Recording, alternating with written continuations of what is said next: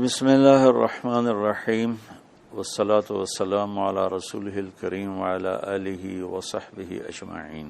جو بھی بہن بھائی بچے بچیاں سن رہے ہیں سب کو میری طرف سے عید مبارک ہو۔ عید کی خوشی ہم کیوں مناتے ہیں، پہلے میں یہ تھوڑا سا واضح کر دوں کہ رمضان کا مہینہ اللہ نے پورا ایک ہمارے لیے خوشی کا مہینہ بنایا ہے، جس میں اللہ کی جنت کے دروازے کھول دیے جاتے ہیں، جہنم کے بند کر دیے جاتے ہیں، شیطان قید کر دیے جاتے ہیں، جنت کو روزانہ سجایا جاتا ہے، اللہ کا عرش پہلے آسمان پہ آ جاتا ہے، اللہ کی طرف سے اعلان ہو رہا ہوتا ہے، کوئی بخشش چاہنے والا، کوئی حاجت مانگنے والا، فرض 70 فرضوں کے برابر ہو جاتا ہے اور نفل فرض کے برابر ہو جاتا ہے، اور نفل اور فرض کا فرق اتنا بڑا ہے کہ قیامت تک 2 رکعت نفل پڑھتا رہے تو فرض رکعت کے ایک سجدے کے برابر نہیں، اور اس میں جو مر جاتے ہیں اہل ایمان ان کا حساب نہیں ہوتا، ان کو قبر میں منکر نکیر نہیں آتے، اللہ تعالیٰ ان کو معاف فرما دیتا ہے۔ اس طرح 29 دن رات یہ سلسلہ چلتا ہے، اور آخری رات پھر اللہ تعالیٰ اعلان فرماتے ہیں کہ میرے بندوں نے رات کو قیام کیا، یعنی تراویح کی نماز پڑھی، دن میں روزہ رکھا، تو میں نے اس پر ان سب کی بخشش فرما دی۔ تو اس خوشی میں پھر ہم سب مل کر اللہ کی بارگاہ میں شکرانے کے مل کر 2 نفل ادا کرتے ہیں اور اللہ کا شکر ادا کرتے ہیں کہ یا اللہ تیرا شکر ہے تو نے ہمارے گناہوں کو معاف فرمایا، جہنم کو ہم پہ حرام کیا، جنت کو ہم پہ واجب کیا۔ اصل تو عید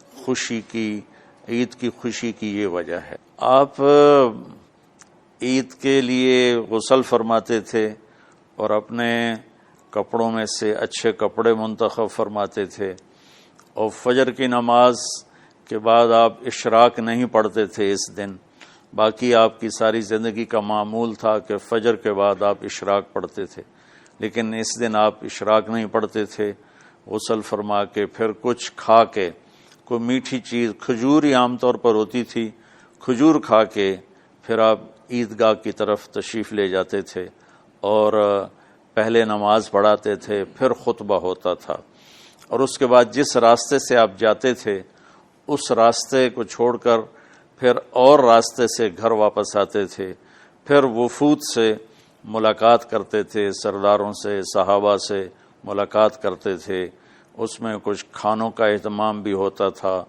اس طرح ایک عام روٹین کی عید ہوتی تھی آپ کی، ملاقاتیں کرنا، کھانوں میں جانا اور اچھے کپڑے پہننا، سب کو خوشی سے ملنا، یہ عید الفطر پر آپ کا یہ معمول تھا۔ باقی جو اداسیاں ہیں، ڈپریشنیں ہیں، اس کی وجہ آپس کی محبتوں کا کم ہو جانا ہے، اور دنیا کی ایسی دوڑ جس نے اپنے آپ کو بھی بھلا دیا ہے، اور آپس کی نفرتیں ہیں اور آپس کے بغض، حسد ہیں، ان منفی جذبوں نے ہماری خوشیوں کو دھندلا دیا ہے، ورنہ رمضان کا ہر لمحہ خوشی کے لیے ہے اور عید اس کی پیک ہے، اور پوری زندگی اللہ راضی ہو رہا ہو تو خوشی ہی خوشی ہے۔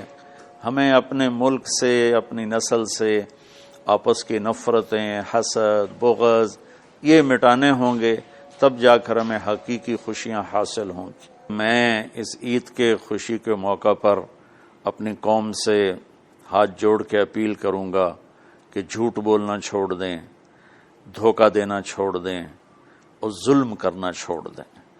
مذہبی نفرت نے ہمیں تباہ کر دیا، سیاسی نفرت نے ہمیں تباہ کر دیا، صوبائی قومی نفرت نے ہمیں تباہ کر دیا، آپس کی رنجشوں کی نفرت نے ہمیں تباہ کر دیا۔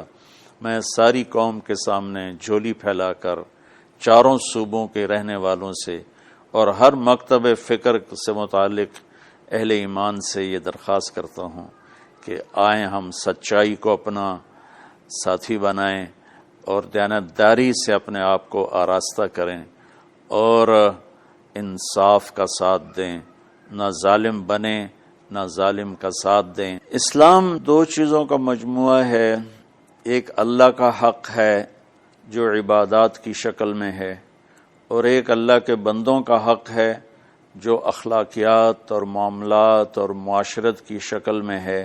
یہ دونوں کمپلسری پیپر ہیں، دونوں لازمی پیپر ہیں، ان دونوں میں پاس ہونا ضروری ہے۔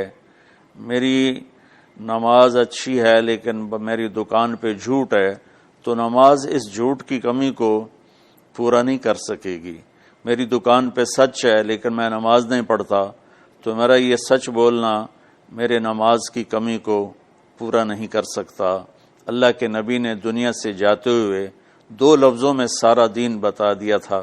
جب آپ کے جانے کا وقت قریب تھا تو آپ 2 لفظ دہرا رہے تھے، الصلاۃ وما ملکت ایمانکم، میری امت میرے بعد ایک نماز نہ چھوڑنا، اور ایک امت کے غریب مسکین لوگوں سے، نوکر غلاموں سے اچھا سلوک کرنا۔